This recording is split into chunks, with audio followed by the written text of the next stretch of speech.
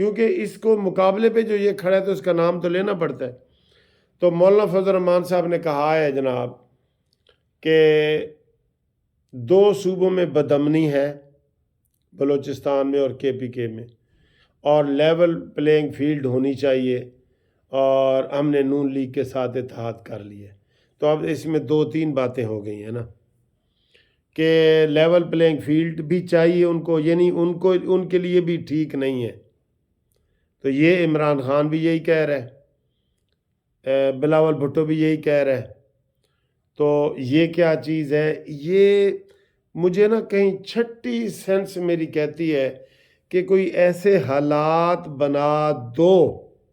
جب افغان مہاجرین کا بھی مسئلہ چلا نا تو میں نے کہا یار یہ پرامن طریقے سے ایک چیز وہ بیٹھے تھے، تو اچانک یہ افغان مہاجرین کا مسئلہ چل پڑا ہے اور آگے ان سے کوئی ریٹیلیشن ہو، کوئی ریزسٹنس ہو، کوئی لڑائی ہو، کوئی یہ ہو وہ ہو، تو الیکشن والا ماحول تو نہیں نہ رہے گا، کیونکہ وہ تقریباً 80 لاکھ سے اوپر افغان مہاجرین بیٹھے اور کس شہر میں نہیں بیٹھا.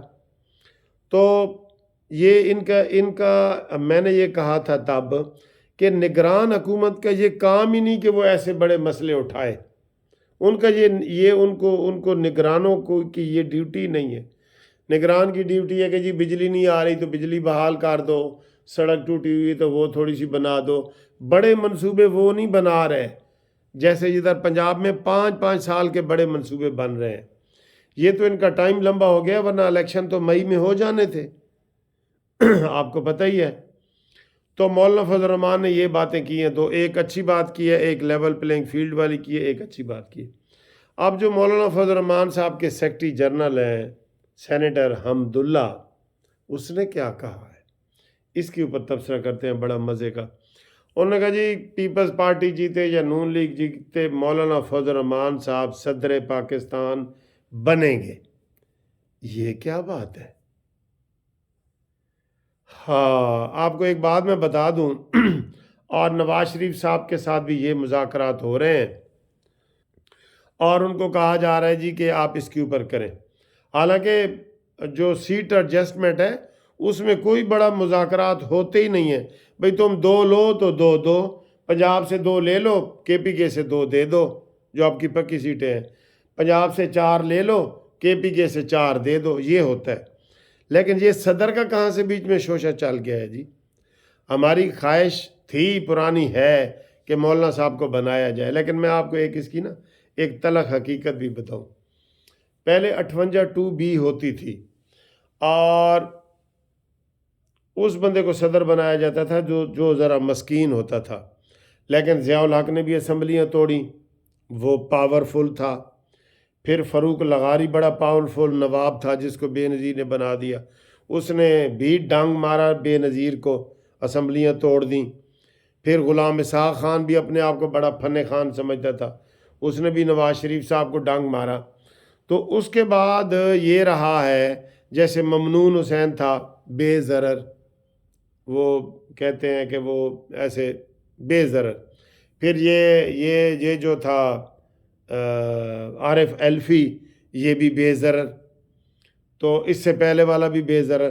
تو اب یہ ان کو بے ضرر قسم کا چاہیے کہ جس کو کوئی وزیر اعظم کہے نا صدر بھائی یہ کام کر دو تو وہ فوراً ہی دہی بھلے لے آئے اور کام کر دے گئے، آؤ کھاؤ جی. اکڑنے والا نہیں چاہیے.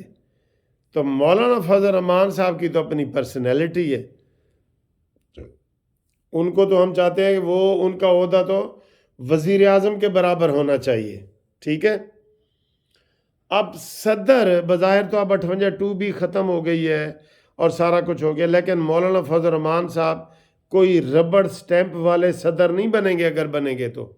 اس لیے ان کے بارے میں 100 دفعہ سوچنا پڑے گا کہ ان کی پاور ہے، ان کی جماعت ہے، وہ بطور صدر اپنا بھرپور طاقت کا استعمال کر سکتے ہیں. اس لیے پیپلز پارٹی والے بھی یہ عہدہ دینے کے لیے 100 دفعہ سوچیں گے، اور جس کی بھی حکومت نون لیگ کی بنے گی وہ بھی سوچیں گے کہ کل کو مسئلے خراب نہ ہو جائے. کیا میں ٹھیک کہہ رہا ہوں نا؟ تو یہاں پہ عام طور پہ صدر ممنون حسین جیسا بندہ چاہیے ہوتا ہے. ٹھیک ہے، کیونکہ پھر جو طاقت ہوتی ہے نا وزیر اعظم کے پاس ہوتی ہے، وہ صدر کہتا ہے میرے پاس ہے، وہ میرے پاس ہے، وہ ہر وقت لڑائی رہتی ہے۔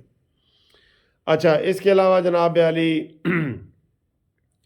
ابھی اطلاع ملی ہے کہ بجلی اور گیس بہت مہنگی ہو گئی ہے۔ توبہ توبہ سر جی، پہلے مہنگائی برداشت سے باہر ہے۔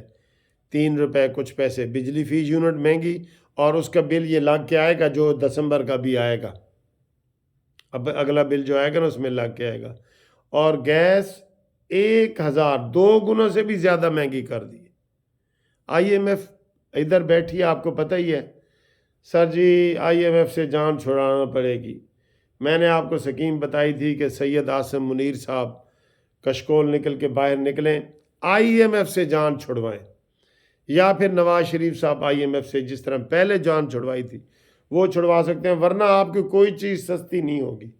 یہ میں آپ کو بتا دوں، اپنی مرضی ہے ہی نہیں، میں اپنی مرضی سے یہ قلم بھی نہیں خرید سکتا۔